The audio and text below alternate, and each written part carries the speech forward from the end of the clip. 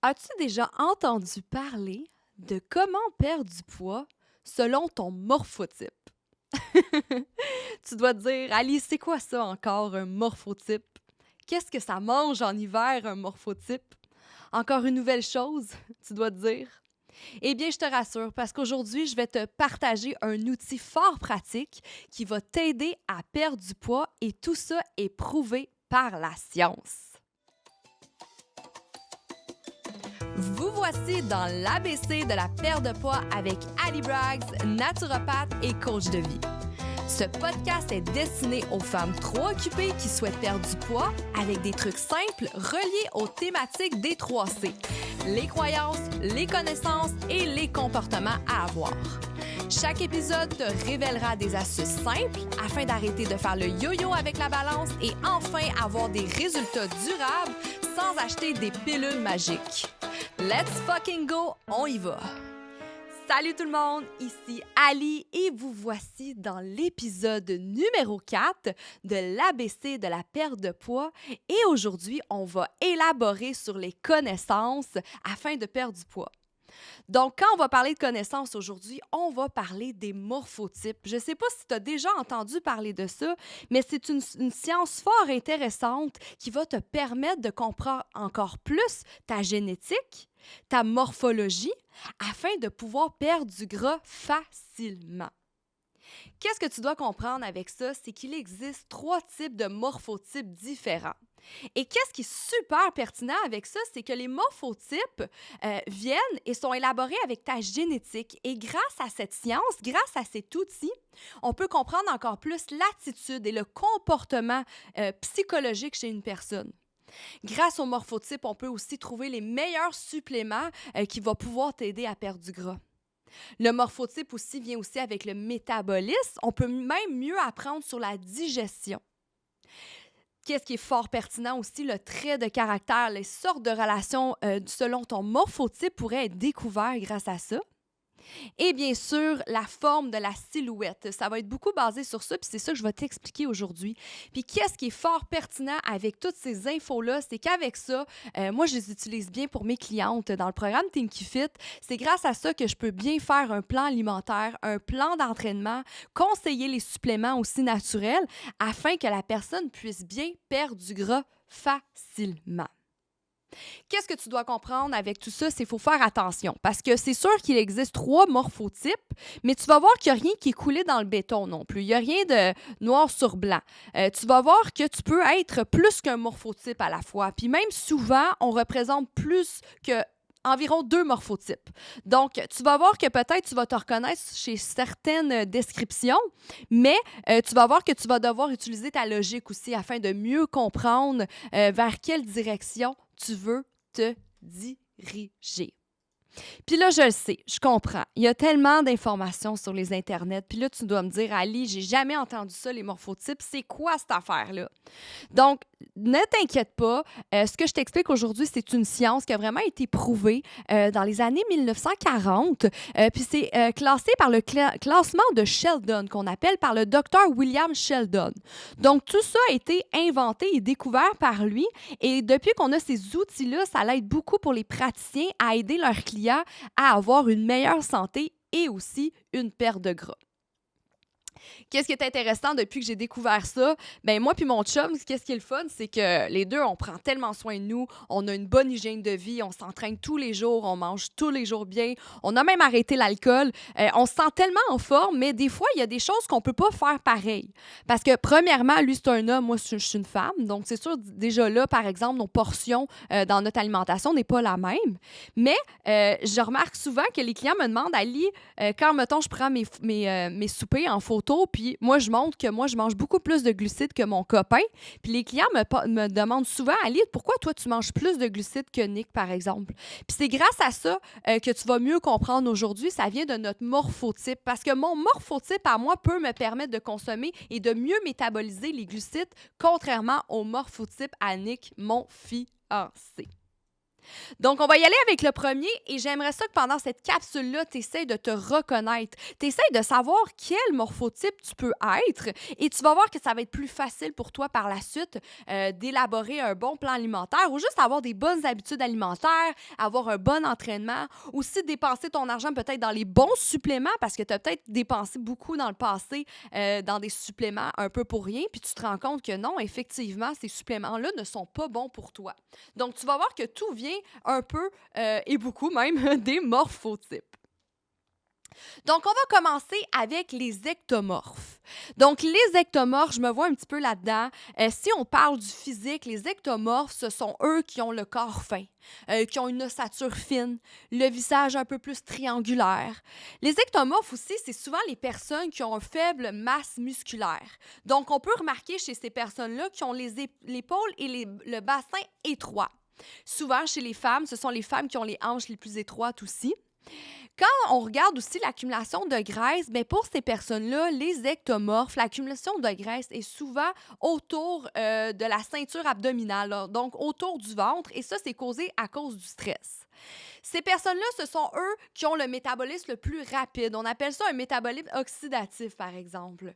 Donc ça, c'était pour le physique. Si on parle un petit peu du caractère des ectomorphes, donc les ectomorphes, c'est souvent les personnes qui sont un peu plus tendues, un peu plus stressées, le cortisol élevé, le cortisol sensible aussi. Donc, ils ont une hypersécrétion d'hormones de stress très facilement. Ils vivent sur le cortisol, mais aussi l'adrénaline. Ce sont souvent aussi des personnes avec le pouls élevé, donc le rythme cardiaque beaucoup plus élevé que d'autres morphotypes. Ils n'ont pas beaucoup de protection aussi physique et émotionnelle, donc c'est pour ça qu'on pense qu'ils sont un peu plus sensibles parmi les autres morphotypes. Aussi, ils sont facilement stimulés par les autres. Donc, comme je dis, ils sont sensibles, stimulés par les environnements, par les autres personnes, mais ce sont des personnes qui sont capables de gérer une stimulation mentale élevée quand même. On voit aussi chez ces personnes-là, le système nerveux est très actif. Et si on regarde les problèmes chez ces personnes-là, c'est souvent des problèmes de sommeil. Donc, sûrement à cause de l'hypersécrétion d'hormones de stress, de cortisol, d'adrénaline, donc une répercussion sur le cycle circadien. On voit aussi une gestion d'émotions plus difficile. Donc, quand on dit que c'est des personnes plus tendues, donc c'est des personnes aussi un peu plus en colère, donc un peu plus intenses. Aussi, on voit chez la digestion, ces personnes-là ont plus de problèmes d'assimilation d'aliments. Donc, encore une fois, c'est relié au stress.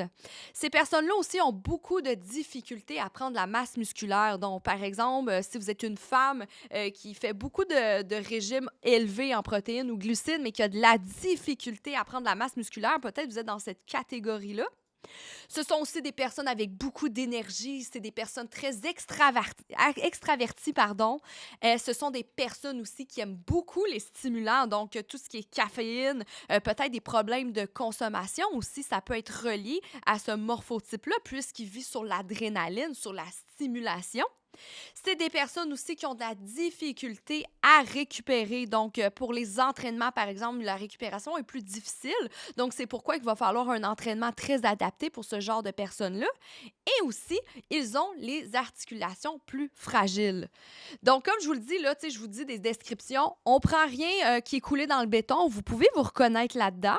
Les premiers indicateurs est beaucoup le physique. On remarque beaucoup avec la morphologie de la personne. Et par la suite, le caractère peut suivre. Ça ne veut pas dire que vous êtes quelqu'un de stressé, que vous êtes automatiquement dans cette catégorie-là. Donc, c'est pour ça que je vous dis qu'il faut faire attention. Et c'est avec l'expérience et avec le temps que vous allez mieux comprendre votre morphotype.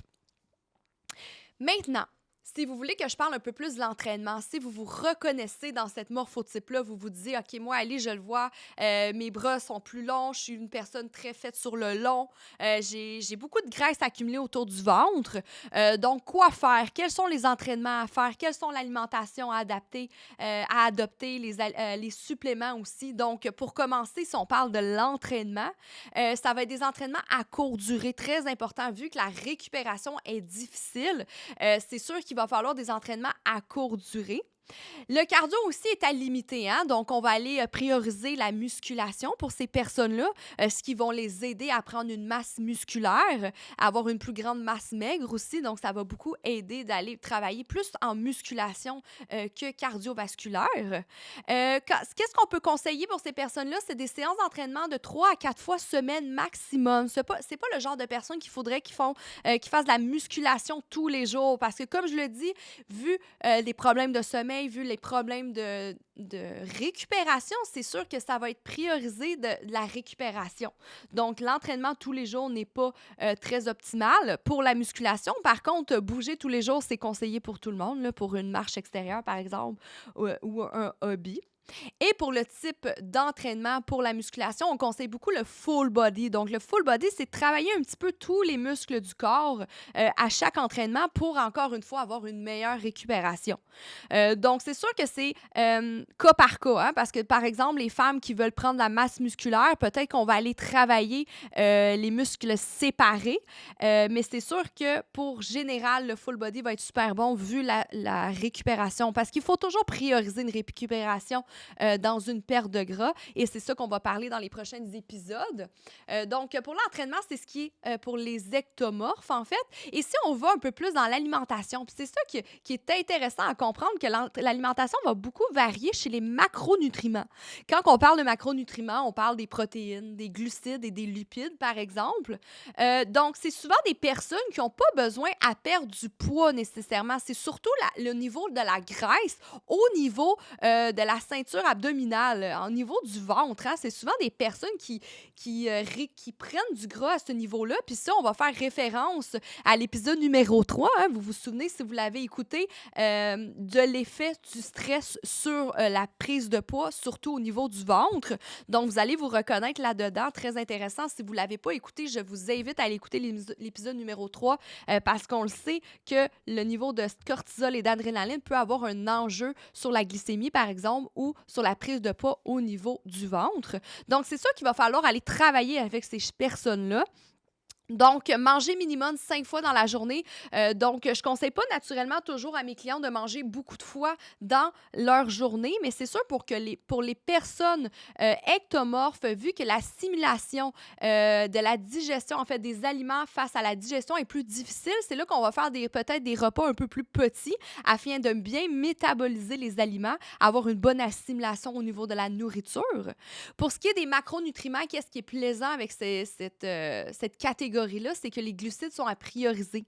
Donc, on peut aller jusqu'à 55% en apport de glucides dans la journée avec une part, bien sûr, de protéines et aussi un peu de lipides, de bons gras naturellement.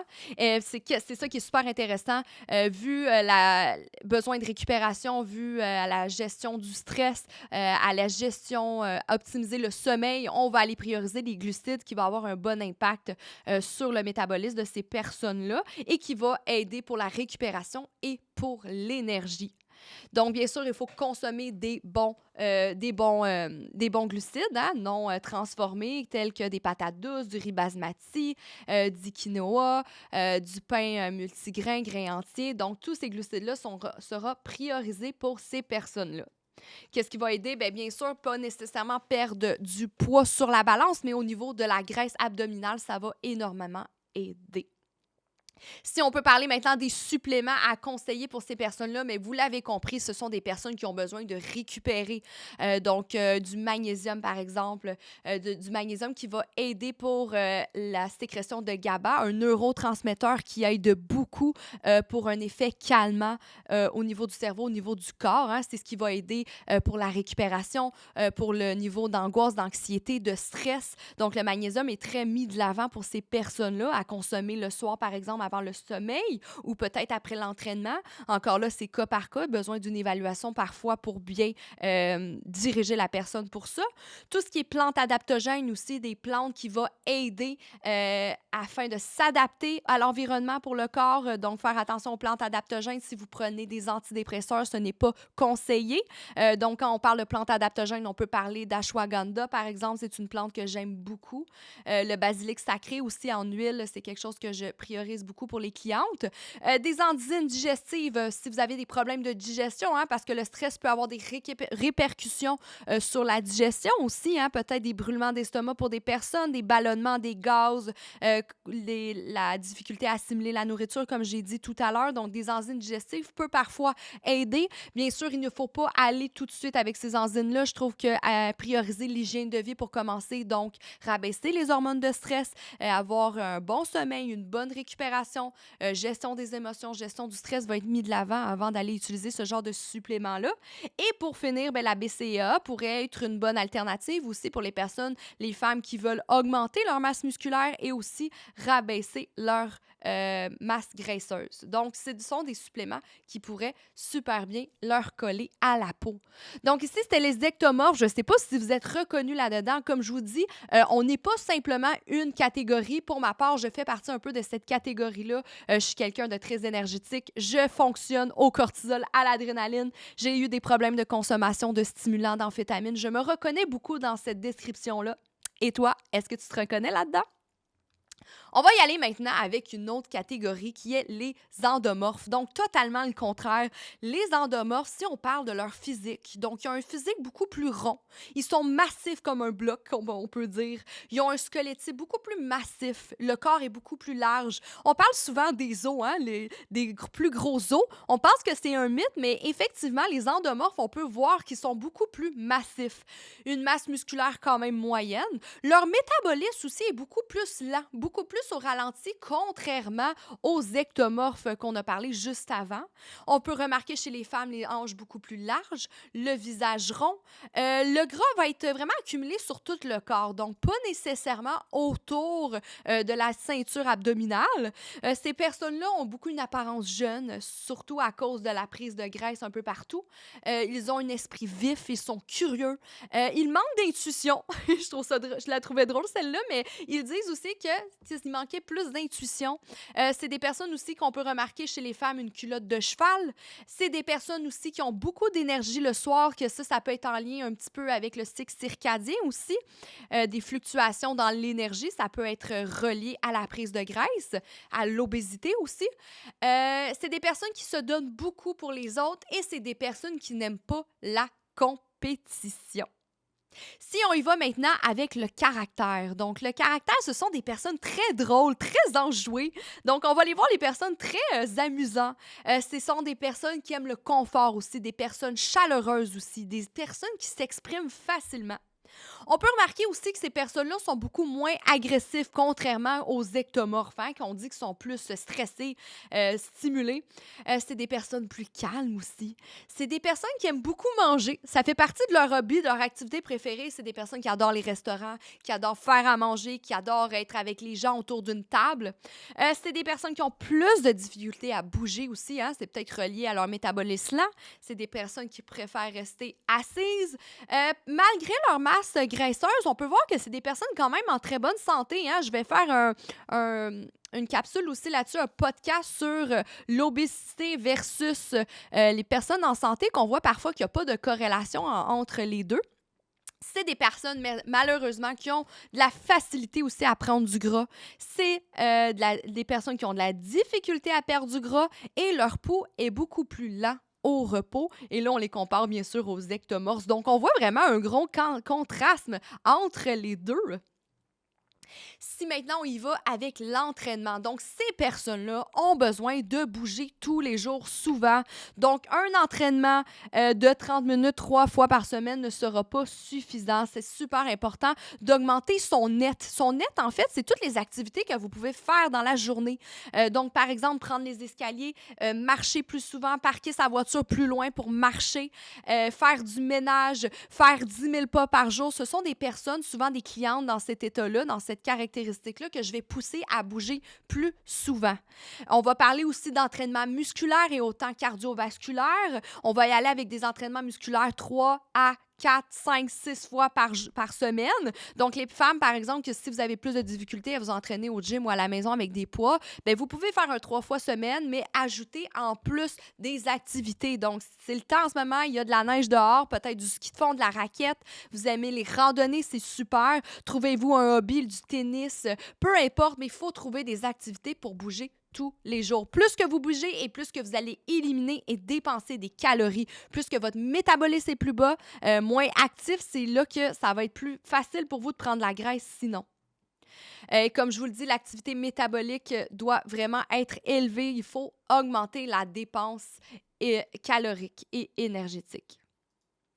Si on y va avec l'alimentation, donc l'alimentation va être un point très, très, très important pour ces personnes-là. Comme je l'ai dit, c'est des personnes qui adorent manger, donc l'alimentation doit être très bien expliquée pour ces personnes-là, leur donner le choix aussi. Donc les livres de recettes fonctionnent beaucoup dans mon programme Think Fit pour ces personnes-là parce qu'on va prouver aux gens que le but, c'est pas de se prouver, mais c'est de manger équilibré. Donc avoir un bon contrôle de la faim pour ces personnes-là va être priorisé et pour ça, on augmente les protéines. On le sait, j'en parle souvent, les protéines, c'est ça qui va activer le métabolisme, c'est ça aussi qui va couper la faim. Au niveau de la satiété, c'est très important, donc les protéines vont être priorisées à chaque repas. Je le répète pour ces personnes-là et même pour tout le monde, il faut manger une protéine à chaque repas. Donc quand on parle de protéines, on va parler d'œufs, on va parler de consommation de viande, de consommation de produits de poisson, par exemple, de poulet. Donc tous ces protéines-là vont être priorisées. Aussi, bien sûr, il faut limiter la consommation de sucre et de mauvais gras. C'est très, très important vu que ces personnes-là sont plus au ralenti. Si on va parler maintenant de macronutriments, donc malheureusement ou heureusement, on ne le sait pas, ça dépend de vous, mais les glucides ne sont pas priorisés. On va y aller environ, contrairement avec les ectomorphes, on va y aller avec un 25 % de glucides dans la journée, en fait, en moyenne. Et comme je vous dis, il faut augmenter le niveau de protéines et aussi de lipides de bons gras afin d'avoir une belle perte de gras. Si on parle de suppléments maintenant, ben, l'huile d'oméga 3 va être vraiment priorisée parce que souvent, on consomme trop d'oméga 6. Donc, pour avoir un effet anti-inflammation, en fait, pour enlever l'inflammation, on va aller augmenter le niveau d'oméga 3 pour enlever l'inflammation au niveau de la peau aussi. Donc, tout ce qui est anti-inflammatoire va beaucoup aider pour ces personnes-là. Donc, comme je vous dis, l'huile d'oméga 3, l'extrait de pépins, le curcumine aussi, ça va être des bons suppléments pour ces personnes-là. Qu'est-ce qui est intéressant aussi, contrairement aux ectomorphes, les endomorphes peuvent utiliser des stimulants naturels, donc la caféine, la L-carnitine. La L-carnitine, c'est un super supplément qui va vous aider à utiliser la graisse comme énergie. Donc, c'est très intéressant et c'est même bon pour le cœur. Des très belles recherches ont pu prouver que la L-carnitine pourrait être un bon supplément. Donc, c'est le genre de fat burner naturel que je fais utiliser à mes clientes avec ce genre de métabolisme-là, le morphotype-là. Et le ginkgo aussi, un bon stimulant naturel qui va aider en fait à dépenser plus de calories lors des activités physiques de la journée. Donc, je ne sais pas si vous vous retrouvez là, en fait. Si vous n'êtes pas sûr, vous pouvez le réécouter, parce qu'il y a beaucoup d'informations là, mais peut-être que vous êtes plus endomorphe qu'ectomorphe. Il y a vraiment une grosse différence entre ces deux morphotypes-là, ce qui est très intéressant à comprendre. On va y aller maintenant avec le dernier morphotype qui est le mésomorphe. Donc, le mésomorphe, on peut l'appeler comme la machine de guerre. C'est le meilleur physique, si on peut s'avouer, là, entre toi et moi. Là. C'est en fait les plus massifs, ceux qui ont une meilleure masse musculaire. C'est eux qui ont moins de gras aussi sur le corps. Ils ont les épaules larges, le bassin large, sont très proportionnels aussi, là, le visage carré.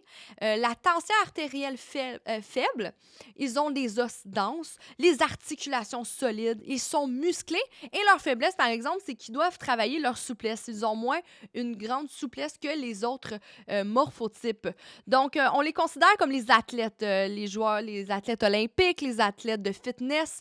Souvent, les mésomorphes sont vraiment la meilleure shape à être.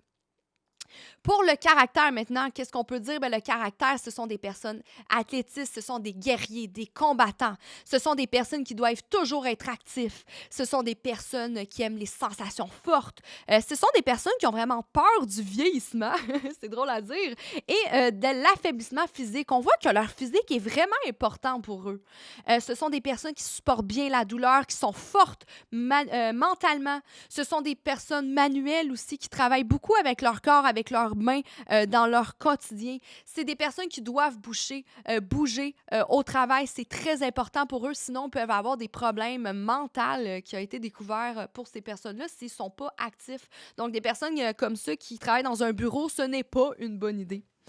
C'est des personnes qui ont des problèmes d'hypertension, aussi maladie cardiaque qui a été repérée. Ce sont des personnes qui fonctionnent avec la dopamine comme neurotransmetteur. Ce sont des personnes qui ont de la facilité à perdre du gras aussi et ils sont très forts et musclés.